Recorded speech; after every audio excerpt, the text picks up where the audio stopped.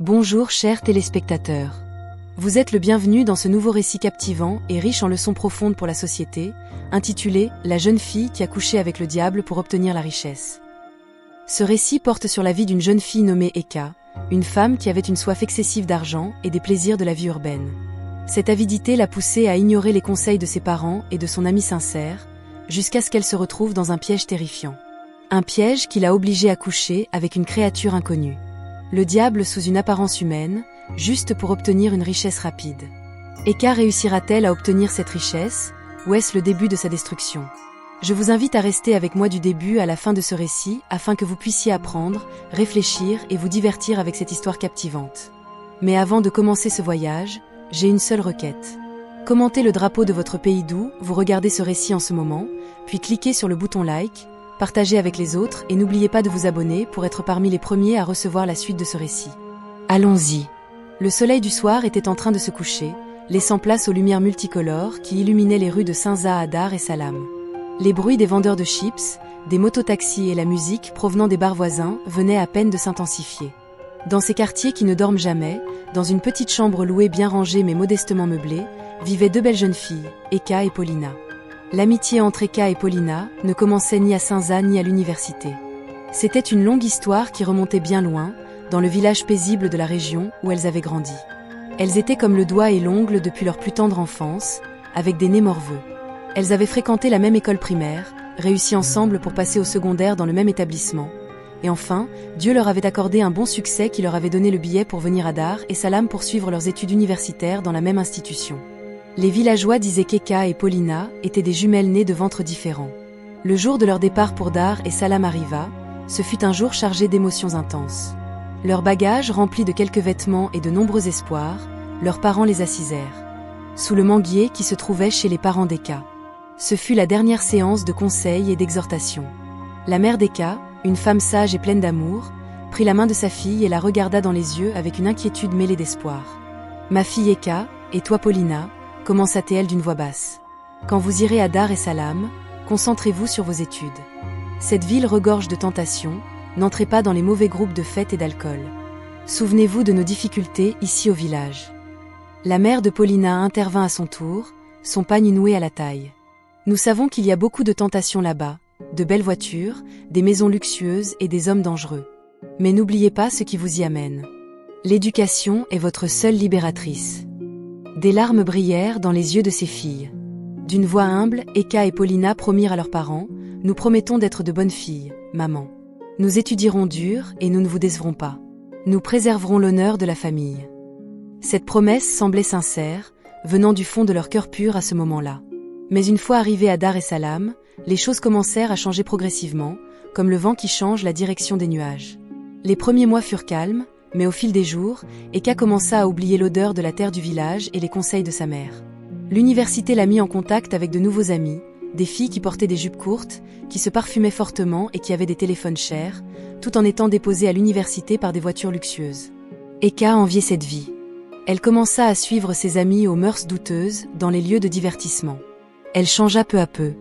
Les jupes longues furent remplacées par des mini-jupes. Les cahiers d'études furent mis de côté au profit des cosmétiques. Eka commença à aimer la vie de plaisir et de luxe, et pire encore, elle se mit à boire de l'alcool, chose qui était un grand tabou dans leur éducation. Contrairement à Paulina, qui resta la même, douce, pieuse et studieuse. Chaque fois qu'elle voyait son amie s'égarer, son cœur se serrait. Un soir, dans leur chambre à Sinza, Eka se maquillait devant le miroir tout en balançant la tête au rythme de la musique qu'elle écoutait.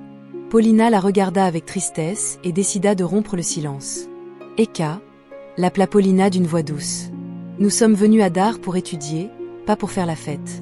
S'il te plaît, change, mon ami. Là où tu vas, il y a des maladies. Il y a beaucoup de dangers. » Eka arrêta le geste de se mettre du rouge à lèvres. Elle se tourna et regarda Paulina avec un regard méprisant, comme si elle parlait à un enfant petit. « Paulina, laisse-moi tranquille. » Eka la rabroua. « Je ne suis pas une petite enfant. J'ai toute ma tête. Je peux me protéger contre les maladies.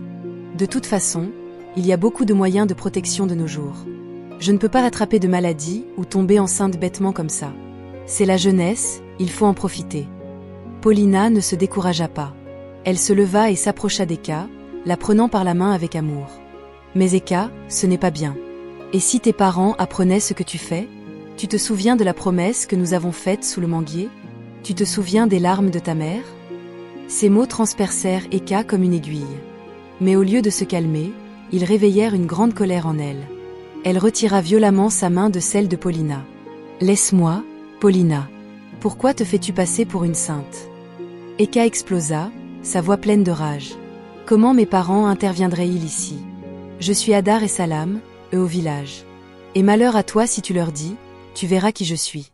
Ne fais pas comme si tu me connaissais bien juste parce que nous venons du même village. Ma vie m'appartient. » Paulina soupira longuement, essayant de contenir sa colère.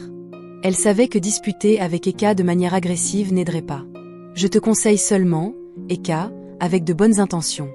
Les examens approchent, au lieu d'aller en boîte aujourd'hui, reste et étudie.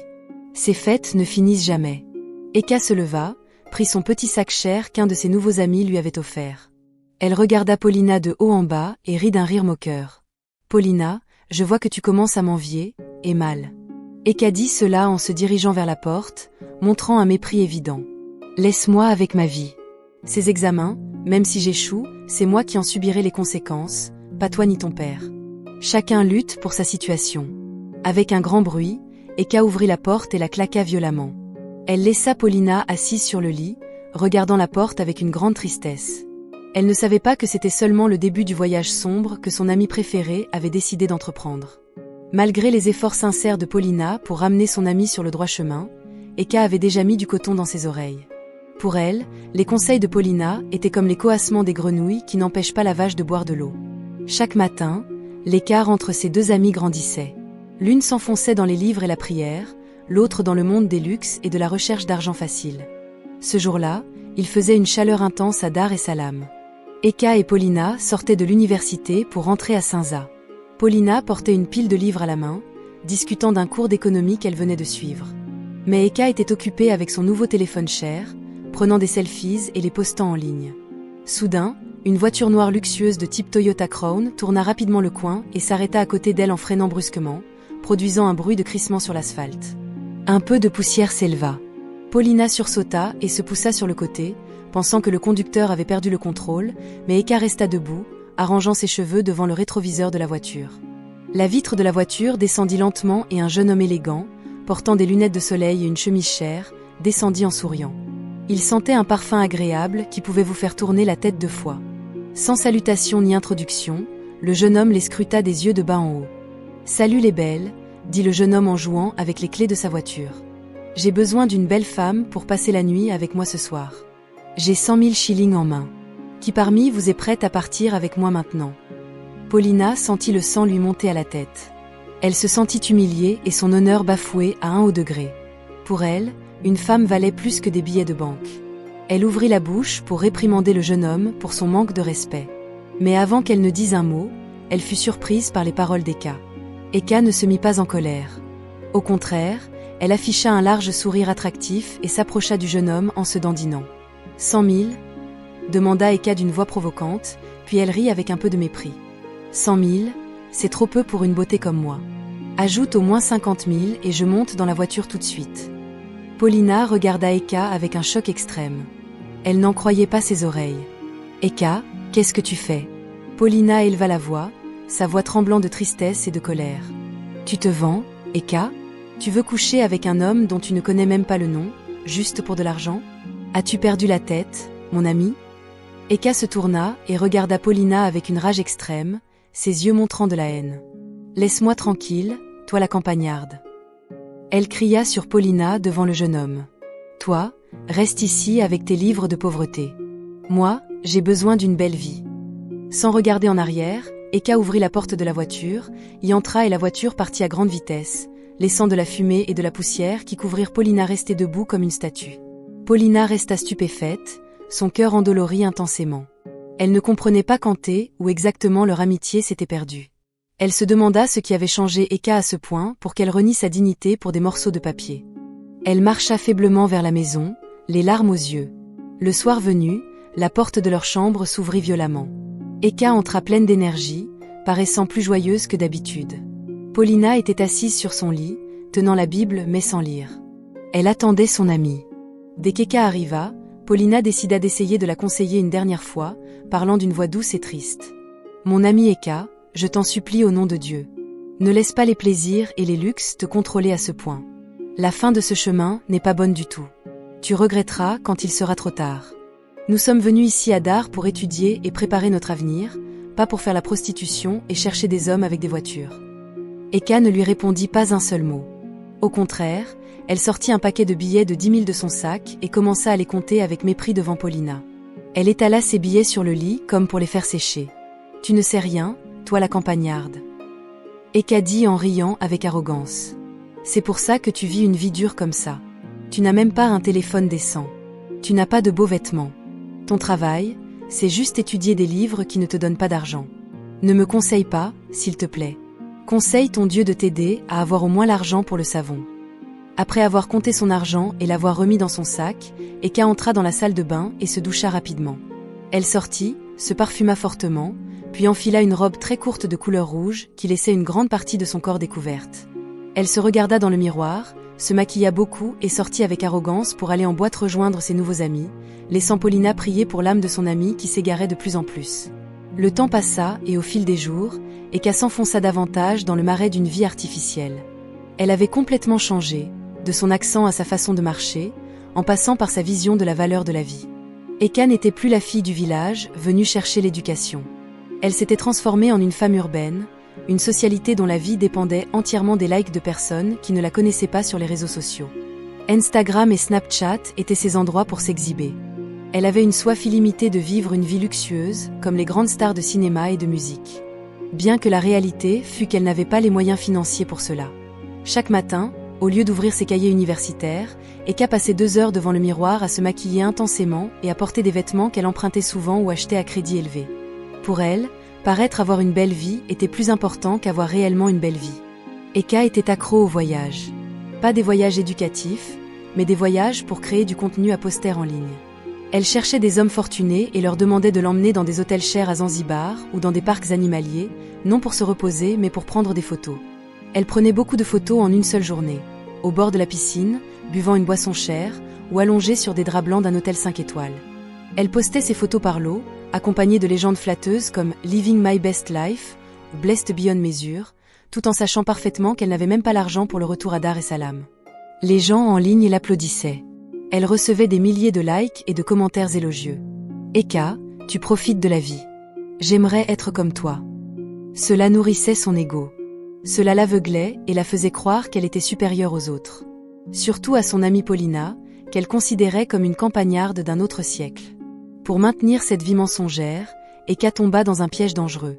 Elle commença à coucher avec divers hommes, des jeunes voyous aux vieux qui avaient l'âge de son père, du moment qu'il lui donnait de l'argent pour acheter de nouveaux vêtements, des perruques chères et des téléphones modernes afin de prendre de meilleures photos. Mais même cet argent ne suffisait pas. À plusieurs reprises, Eka se retrouva à emprunter de l'argent à intérêt élevé à diverses personnes juste pour louer une voiture luxueuse un jour et aller en boîte avec, en prenant des photos, en tenant les clés à la main. C'était un spectacle de vie sans fondement aucun. Paulina assistait à tout cela avec une grande douleur. Souvent, quand elles étaient assises dans la chambre, Eka se moquait de Paulina en jouant avec sa nouvelle perruque. « Paulina, regarde comme cette perruque est belle. Toi, tu vivras à tresser tes cheveux naturels jusqu'à ta mort. » Parfois elle disait, « Un jour viendra où je rencontrerai un vrai riche, un gros poisson, je le presserai jusqu'à devenir millionnaire et toi tu resteras ici avec ta poussière universitaire. » Paulina la regardait avec pitié, les larmes aux yeux. « Eka, mon ami, ne vois-tu pas comment tu te perds ? Tu vends ta dignité pour des photos Instagram. Ces hommes dont tu dépends te lasseront et te laisseront sans rien. Retourne à l'école, Eka. L'éducation est la seule chose qui ne t'abandonnera pas. » Mais ce conseil tombait dans l'oreille d'un sourd. Eka avait complètement changé. Sa présence à l'université était irrégulière. Elle n'y allait qu'1 jour sur 2 quand elle en avait envie, et souvent avec des lunettes noires pour cacher la fatigue des nuits en boîte. Elle ne se souciait plus des examens, ni des tests en classe. Elle voyait l'université comme un obstacle à sa quête de richesse rapide qu'elle désirait tant. Paulina essaya toutes les méthodes. Elle la conseilla, pria pour elle et parfois essaya même de l'empêcher de sortir la nuit. Mais Eka était comme un animal sauvage, refusant d'entrer dans son enclos. Elle insultait Paulina et l'accusait d'envier sa beauté. Finalement, Paulina se fatigua. Elle décida de se taire et de regarder son amie se diriger vers le gouffre dont elle n'avait pas le pouvoir de la sortir. Eka était plongée dans un monde imaginaire, attendant le jour qui la transformerait en riche. La vie d'Eka était entrée dans un cercle sans fin de ténèbres et de mensonges. Pour elle, le calendrier n'était pas mesuré par le programme des études ou le progrès académique, mais par l'arrivée du week-end. Chaque vendredi, Eka était saisie d'une excitation étrange qui lui faisait oublier même le nom de son université. Avec ses amis du même genre comme Sarah et d'autres, elle passait la journée à se coiffer, se vernir les ongles et choisir des vêtements trop osés pour leur âge et leur dignité. Leur seul but était d'aller dans les lieux de divertissement chers à Dar et Salam chercher des hommes riches qui pouvaient financer leur vie de luxe pour une nuit, tandis que la musique forte retentissait en boîte et que la fumée de cigarettes emplissait l'air. Eka se faisait passer pour la reine de la ville, utilisant son corps comme appât pour attraper des hommes, prêts à payer n'importe quel prix pour une nuit de plaisir. Elle s'était habituée à l'alcool fort, au bruit des boîtes et au retour à l'aube, au point que le calme de leur chambre avec Paulina commençait à l'irriter et à la faire se sentir prisonnière. L'argent qu'elle gagnait par ses moyens illicites ne durait pas. Il servait à payer les anciennes dettes de vêtements, à acheter de nouveaux cosmétiques ou à payer des boissons chères pour paraître au-dessus de ses amis. Un jour, un vent de malchance commença à souffler violemment sur Eka. Toute la semaine était passée sans qu'elle trouve un vrai gros poisson pour lui donner de l'argent, et le loyer de leur chambre approchait de l'échéance, tandis que ses économies pour la nourriture avaient disparu. Pour la première fois depuis longtemps, Eka se retrouva sans même un shilling pour acheter un paquet de données internet afin de continuer son spectacle de photos en ligne. Elle se sentit faible, seule et tourmentée par des pensées qui lui volaient la paix. Avec une hypocrisie faible et une voix pleine d'humilité feinte, elle s'approcha de Paulina qui était assise par terre en train d'étudier un livre de droit avec grande concentration. Cette fois, Eka n'avait pas sa rage habituelle ni son mépris accru. Elle s'approcha lentement, s'assit à côté de Paulina, se plaignit un peu et montra un visage de tristesse extrême qui surprit Paulina et la fit poser son livre. « Paulina, mon amie d'enfance, aide-moi. » Eka commença d'une voix basse et très douce. Une voix qui rappela à Paulina leur amitié sincère au village avant qu'elle ne soit souillée par la ville. « Ma situation est très mauvaise en ce moment, pire que tu ne peux l'imaginer. Je te demande de me prêter un peu d'argent. J'ai un problème urgent familial que je ne peux même pas dire pour l'instant. Je promets sur tout ce que j'ai que dans 3 jours seulement, je te rendrai tout ton argent. Aide-moi, mon ami, tu es la seule vers qui je peux me tourner dans cette ville de Dar et Salam. » Paulina, qui malgré les blessures répétées avait encore un cœur tendre et un amour vrai, fut très touchée. Elle crut que peut-être cela serait la dernière leçon pour Eka et la ramènerait à la raison. L'argent que Paulina avait été sa dernière épargne pour la nourriture et le transport, qu'elle avait obtenu avec beaucoup de peine de ses parents au village après la vente de leur récolte. Sans hésiter ni réfléchir 2 fois, Paulina se leva, alla dans son sac de livres et sortit cette somme d'argent pour la donner à Eka. « Prends, Eka, mais je t'en prie au nom de la miséricorde de Dieu, rends-moi après ces 3 jours que tu as promis, car c'est le seul argent qui me reste pour vivre tout ce mois. » Paulina dit cela d'une voix douce et pleine d'espoir. Eka reçut cet argent avec une joie qui cachait beaucoup d'hypocrisie, remerciant Paulina et lui jurant qu'elle ne la décevrait jamais cette fois.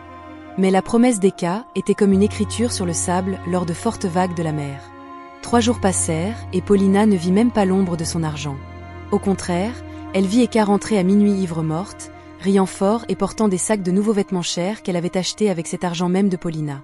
Paulina essaya de patienter 2 jours de plus, mais quand la faim commença à lui tenailler l'estomac et que l'argent pour le transport universitaire manqua, elle décida de rassembler son courage et de réclamer à son amie.